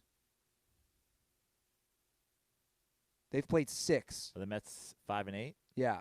The Phillies have played 6. I mean, look at this division, guys. This is where we're at right now. The Marlins have played 6 games. The Braves have played 13. The Nationals 9. The Phillies 6. The Mets 13. So the Mets have as many wins as the Marlins, and the Marlins are in first place, and the Mets are in last place. Correct. Bro, the St. Louis Cardinals have played 5 games. Yeah. 5. You should have a loss if you can't play because of Corona. That should be a loss because the Marlins, they all went to the nightclub. Then the problem becomes, now we're punishing these guys. You should. Now they should play because if they're going to get a loss anyway, why not make them play? Don't even say you've got it. Don't say you tested. Blah, blah, blah, blah, blah. The Cardinals players went to the casino. The Marlins players went to the nightclub. This is how this all spread. There was lack of responsibility. You should get a loss. Dude, this is absurd to think you're not going to have to play as many games as somebody. What? Again, logic. We are living in the most illogical time ever. People are so stupid. I'm doing full blinking guy meme nonstop. You know what I do, Andy? I know that your return to Los Angeles is fresh. You've got to be You've got to be able to turn it off. I sit at home. I smoke some Cushy. I order some Miller Lites on MillerLite.com/dirty sports. And I just go, it is what it is. It is what it is has been the Joe Prano mantra for Corona. I'm done. It is what it is. I'm done with that. I'm leaving the neighborhood. It is what it is. Because you're fighting a losing battle these days. You're surrounded. We are surrounded. There is a double-sided attack. It's the battle of the bastards, but it's a battle of the idiots. And we are just in the middle. They just showed up to a field. I was asleep in a tent, and the battle of the bastards with idiocy on both sides have decided to use my field to fight in. I'm like, guys, get my tent, my pots, and my pans. If you don't mind, I'm going to clear out. You idiots can have at it. I want Rob Manfred. I want whoever's calling the shots in NCAA. I want any of these idiot politicians. I want to sit them all in my room and one by one just go, take me through your thought process. Take me through, Rob, that the Florida Marlins are going to play 47 games and the Mets will play 60. Take me through how this is fair. Oh, he's like, it's not fair, but we're going to do it. Take me through how most of college football is not going to play a season, but the Power 5 is. Take me through this. But they're not even arguing it makes sense. They're just arguing it makes money. Then just say it. Dude, that's all my thing now at this point. We're all hypocritical. We all make statements or we do things in our life that contradict ourselves. I get that. I do it all the time too. But just say it. Just say it. Just say, I don't want to mess with my money in China if I'm in Hollywood or if I'm the NBA. Just say it. It's cool. You don't want to mess with your money. Just be honest. I don't want to mess with my money sometimes, so I don't do things, or I do things. Just fucking say it. It's good to be back. You're like, welcome. Yeah. Welcome to the future. I mean, I almost went off on that. A guy is setting up a tent on Mildred. Yeah, I mean, you got to nip that in the bud, but also be careful. Because Nip that in the butt. Yeah. Be careful because the police have no interest in helping you.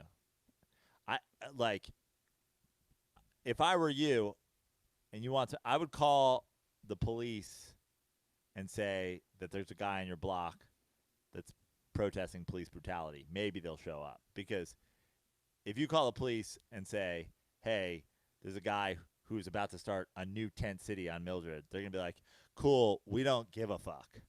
They're not helping you at all. Say somebody is fighting for civil rights on your block and try to get this taken care of immediately. Have them come and mace the guy to death. Or I just hop in that hatchback. Bye forever. I fit one suitcase in that hatchback. You can't fit much in it. And just drive. Or just run. You put those seats down. You can get a lot of stuff in there. You think? I've had golf clubs. I've had multiple golf clubs in your hatchback. You're like, I've had a surfboard in your hatchback. You had a surfboard in my car. I think I had a surfboard. In your car prior to even this. I think you let me use it once before. Like in the past, I threw my not a huge one, not like a 9.0, but like my 6.3. I meant to ask you this. Overall, 1 to 10, what do you give the Corolla hatchback? As a vehicle? As far as efficiency, gas. Gas is great. Yeah. Gas is great. It's small. Overall, it's small. I'd give it an 8. It's small, but for a city car, it's good. Yeah, it's solid 8. Solid 8? Yeah. Yeah. It's reliable. It gets the job done. Yeah. A little tight if you're in the back seat. Sure. You don't want 3 people in that car. You don't want 3 people. Yeah. But those seats go down, and then you got plenty of space in the back. Yeah. Yeah, solid 8, especially for LA or a city car. Yeah. I liked it. You take it to other places, they call you names. Yeah. I take that bad boy back to Ohio. What are they going to say to me?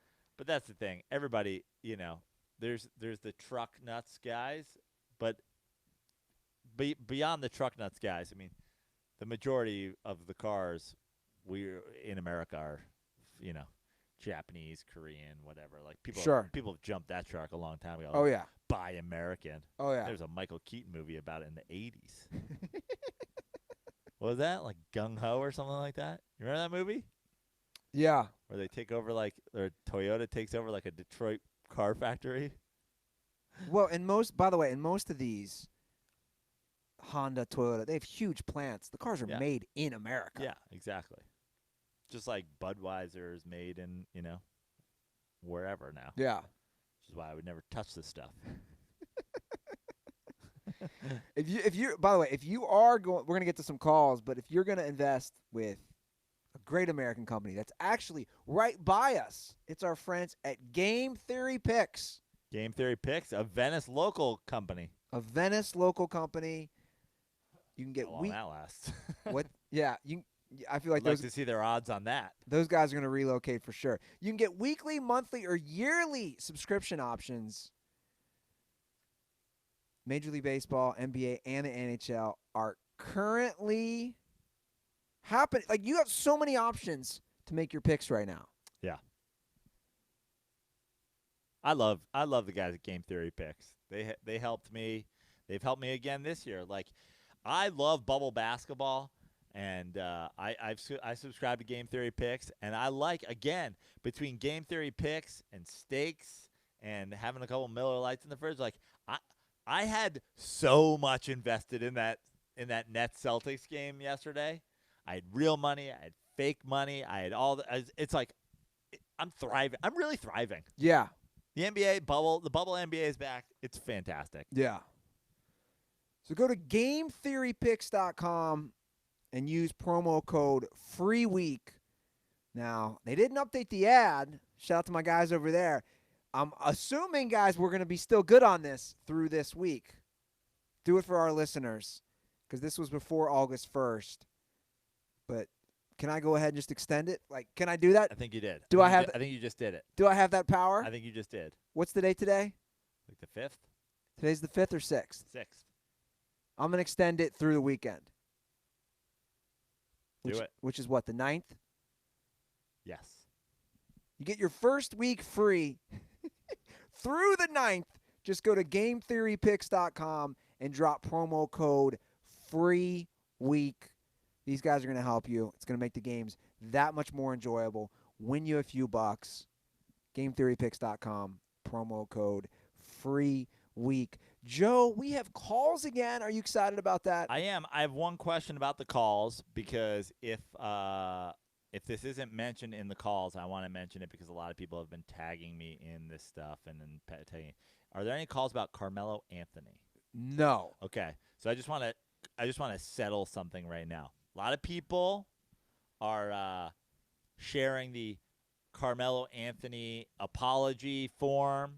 A lot of people have been tagging me in the Carmelo Anthony highlights.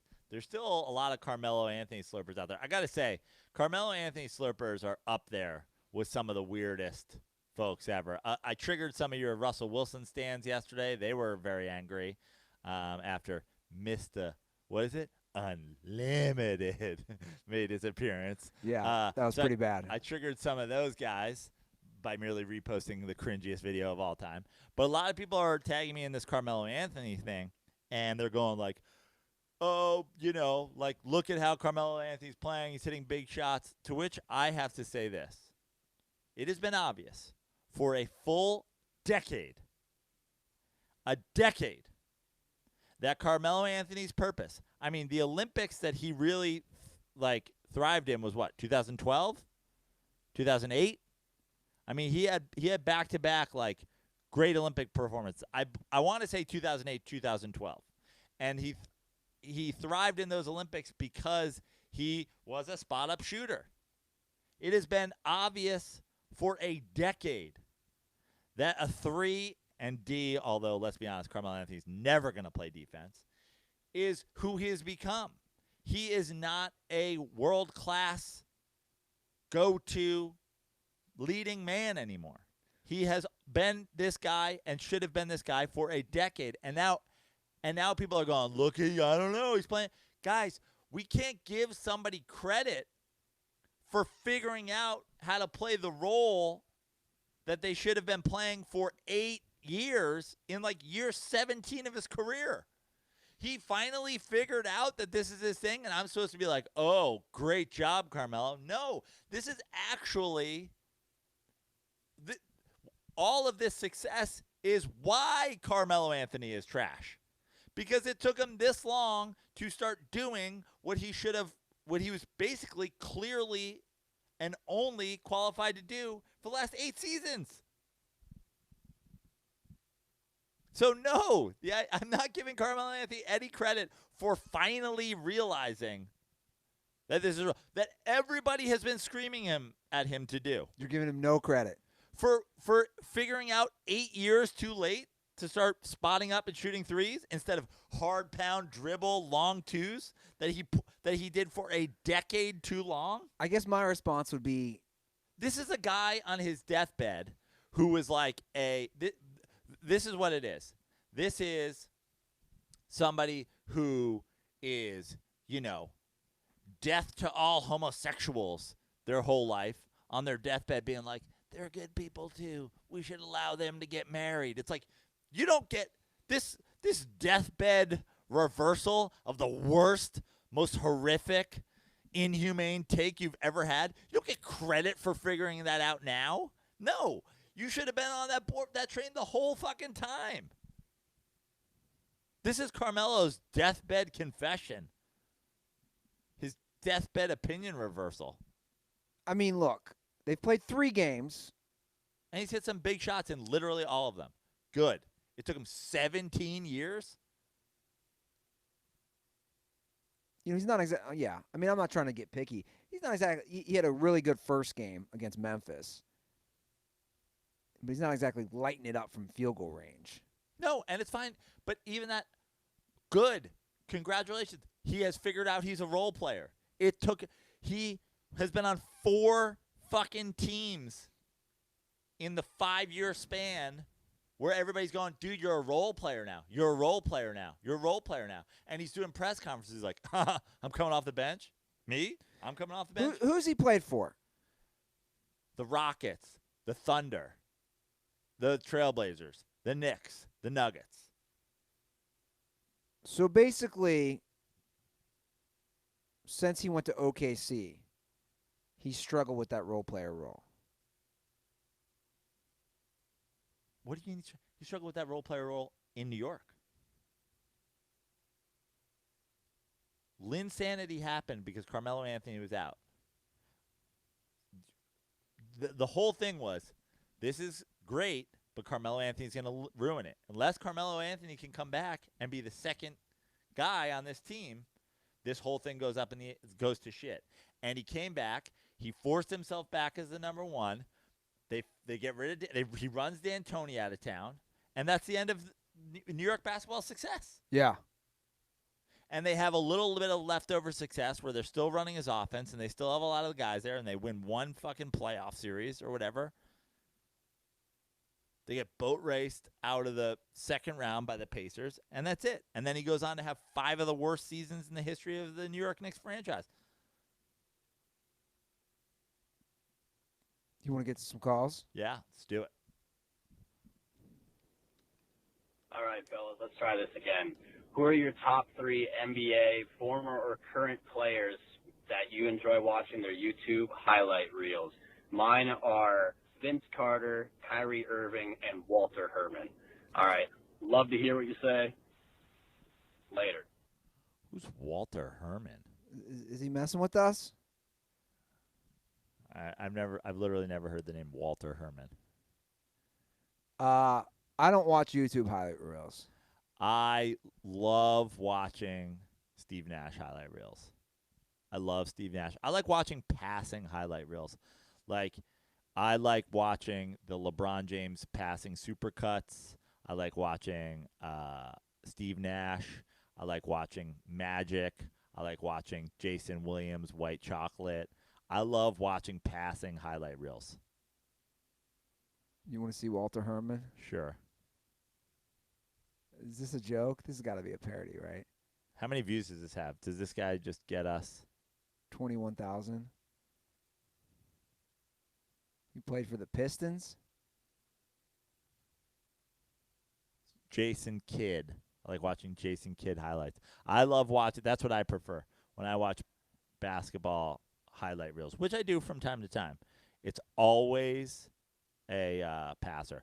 Oh, and Bird. I like Bird's highlight reel as well. Bird's got a lot of great passing and a lot of great shooting.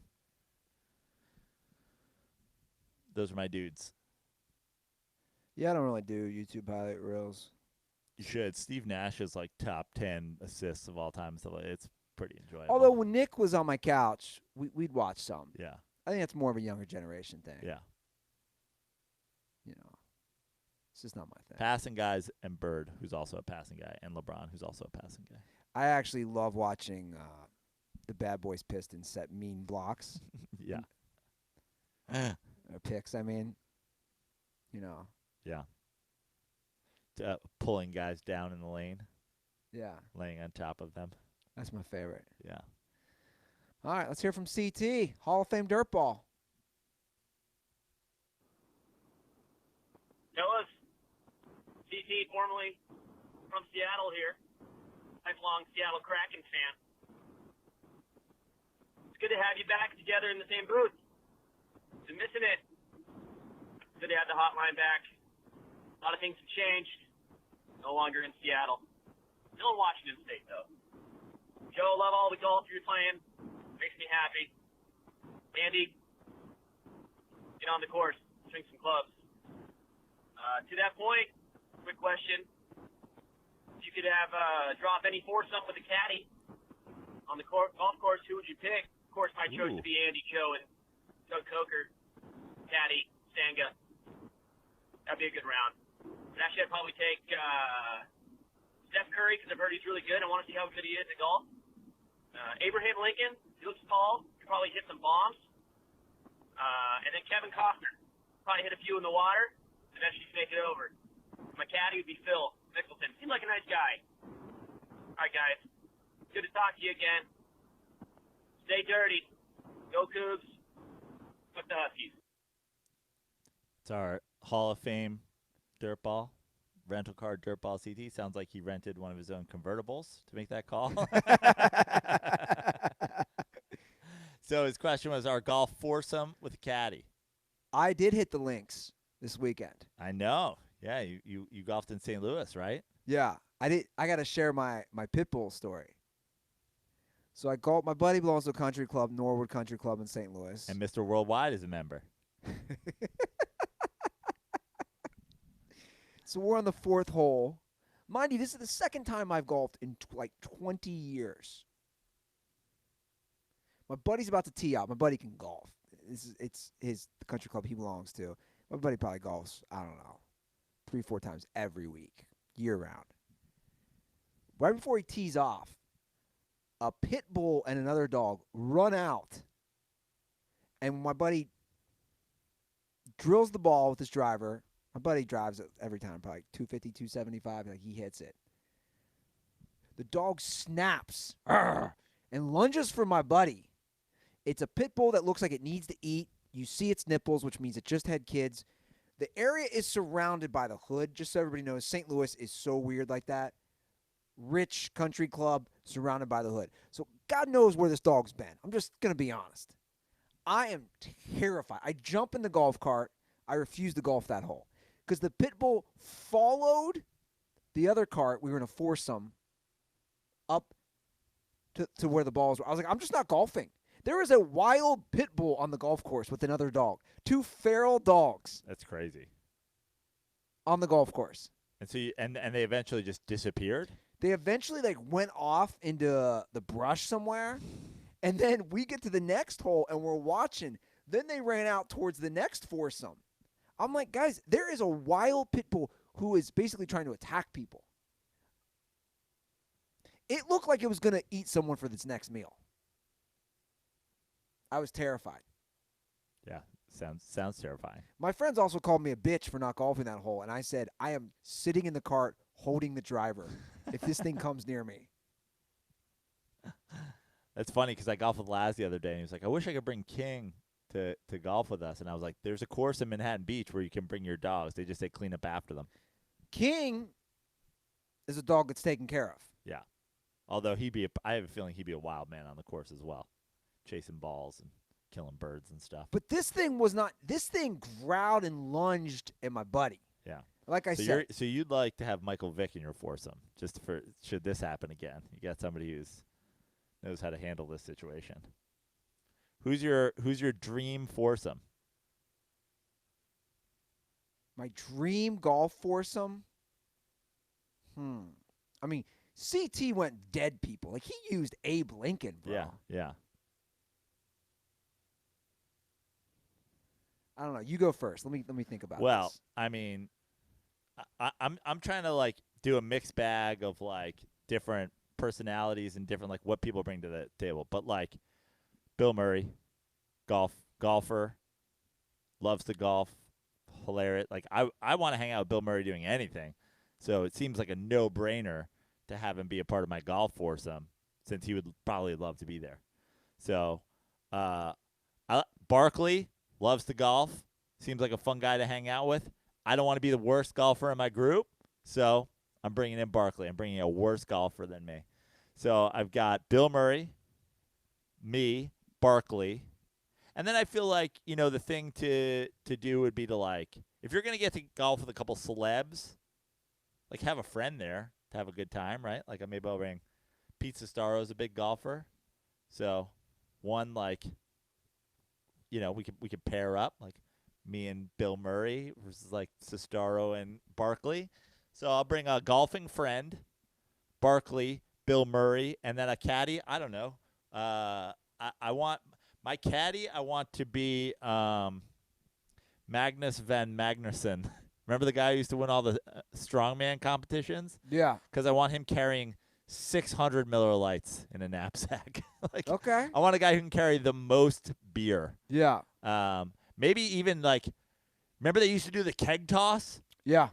I want him bringing a full keg of beer. I want him carrying a tapped keg of Miller Lite. Magnus Van Magnuson. I like it. That's my foursome. No comedians. Bill Murray's a comedian-ish. I mean, he was Sure. he's a sketch guy. He was a Second City guy. I got to have Also, Pete Sestaro's a comedian. How dare you? Basically, it's three comedians, Charles Barkley, and a world strongman. I got to have Dave Chappelle. Okay.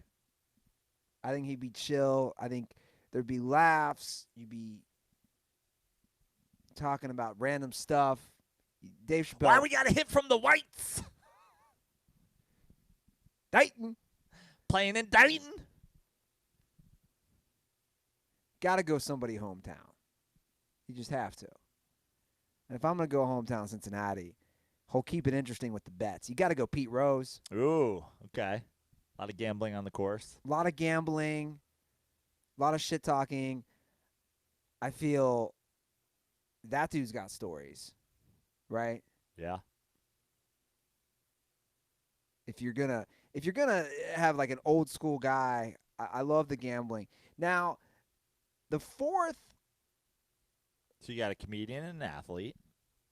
We're on the same wavelength so far. The fourth, do I want to go celebrity? Or do I want to go like a family member or something like that? That's exactly what I just did. So you taking your boy Cutter out there with you and Dave Chappelle and Pete Rose? Cutter doesn't make it. I take my brother Greg. Cutter does not make the Cutter. Love you, Cutter. So Greg, you, Dave Chappelle, and Pete Rose. Yeah. And who's your caddy? Can Cutter carry your bag? I'm thinking about somebody that I don't like. So you can treat him like trash? Yeah, but actually, I don't like that approach. I don't want that negative energy. Yeah, exactly. What about an attractive woman? Strong play. Or is that too? Who's carrying your bag? What lady is carrying your bag? Precious. Oh no. Canceled. You think Dave Chappelle's going to let you have Precious carrying your bag? He's going to roast you the whole time. I was thinking more, she's a large woman. Yeah. It had nothing to do with her. And you were like, how about an attractive woman? You're like, an attractive large woman. Yeah. No. How about carrying the bag? I don't know. That's a tough one. I liked your angle, though. Yeah. How you went. So I could just get another athlete who's just a big dude. Just get J.J. Watt carrying your bag, giving you inspirational speeches. No, I'd rather have Gronk. Gronk, okay. Gronk's going to – but you see, it's similar theory to mine, except Gronk's drinking half your Miller Lights along the way. But Gronk's But fun. at least he'd be fun. Yeah, he'd be fun to party with. So I go Gronk. Okay, I like it. Yeah. I feel like my foursome is somewhat feasible, more feasible than yours. Okay. Where's the less feasibility in mine? I picked guys who actually golf and play in celebrity golf events. I got 2 guys from Ohio. Right. You're already stuck. Look at this. You're so moving back to Ohio. You're in Los Angeles, bro. This is local. I'm going to play on my Ohio crew. 3 guys from Ohio. Yeah. And Gronk.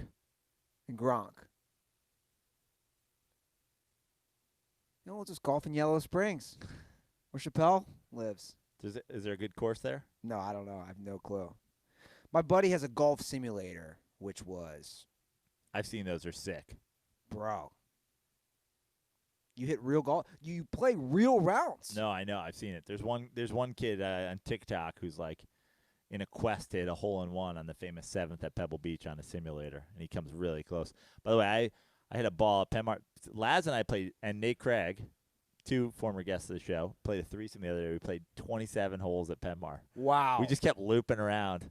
I'm the second 9, and I was all over the place. Laz was within like 2 strokes of himself, like on every round through. I went 51 on the first 9, 38 on the second 9, and then 44. But the second 9, I hit a ball like just outside of a foot, dead on the pin. Like, I mean, dead straight, right in front of, about a foot short of an ace on the 3rd there at Penmar. Let's get out in the next week. I want to get out for real. Can't wait. Let's do it. Talk to him. I have to hit the driving range first, but I'm like, whatever. I'm wanting to hit the driving range, and I almost don't even know I should do this, but like, so I went down this whole wormhole of a conversation with Nate Craig and Andy Lazarus, and they both made me feel like an asshole. And then I called Pete Sestaro, who's a very accomplished golfer and who's a guy who thinks a little bit outside the box. But I read something, there's a lot of, everybody's talking to me about my takeaway and my backswing, and here's how you have to adjust your backswing. Don't do this in your backswing. And I read an article that said 70% of errors in a golf swing come during your backswing. To which I just wondered, why do you even need a fucking backswing? Why don't we just go full Albert Pujols style? Start where you're going to attack the ball from. Why do I need to address the ball down at the tee? Why don't I just put it up in the perfect spot and just attack the ball? Ooh, and some Happy Gilmore shit right there. And Nate Craig and Laz were like, you're going to lose power. There's a and I said, I'm not a scientist, but the idea that you're going to lose power, you have to stop and come back. So everything I know about physics tells me in that moment where you stop your momentum going back, you're at 0 energy, and you begin to come forward. So you're not going to lose power. You may lose some accuracy by not like addressing the ball and coming back to that point with your hands. But anyway, they made me feel like an asshole. And then I approached it with Pete Sestaro, and he's like, I think you should try it. I think it's a great idea. So I support it. So I think we should go to the driving range just so I can start the Pujols era of golf. Just hands up in my – I'm starting my swing from my backswing. From the top of my swing, I should say. I support it. No backswing. So our last call today is actually a DM question. Matt Condani? Sure. He DM'd us. His question is for me. Okay. Given the current circumstances that sports are dealing with this year, Would you rather see the Cincinnati Reds win a World Series or have the Bengals with Joe Burrow in his first year make it to the Super Bowl but lose? I mean, come on, bro. Come on. This isn't easy. Of course I'd rather see the Reds win the World Series. So here's my question for you. If you were told that the Reds would win the World Series this year, but they wouldn't win the World Series for X more years after this, how big is that number where you'll still agree to it? Like if somebody said that the Reds win this year in a shortened season, but they don't win for 10 more years, you in? Yeah. You're in. Yeah. 10 years. Yeah. Wow. 15? They don't win for 15 more years. They win this year. They don't win again until at least 2035. 15 years of Reds baseball. You don't have to watch. They're not going to win. No. So 12 years? Let's stick at 10. 10. 10 is the – see, that's too high for me. Well, they last won 30 years ago. I understand. I said that. I've been saying 30 years ago. I've been saying it to everybody that listens. I'm like, this is what the Mets will somehow win the World Series this year and then go another 35 years without winning a fucking World Series, and I'll be furious. Because it'll be like, yeah, well, you won once in 70 years, and it was like this short season. I mean, when you really think about that, that's insane. I'm 38. I'm thinking I'm capping it at 5. I could go 10. This would be such a bullshit year, though. See? It really would. I'm not even sure. Yeah, 5 is even difficult for me because it's like it'd be barely a fucking win. It's such a weird season.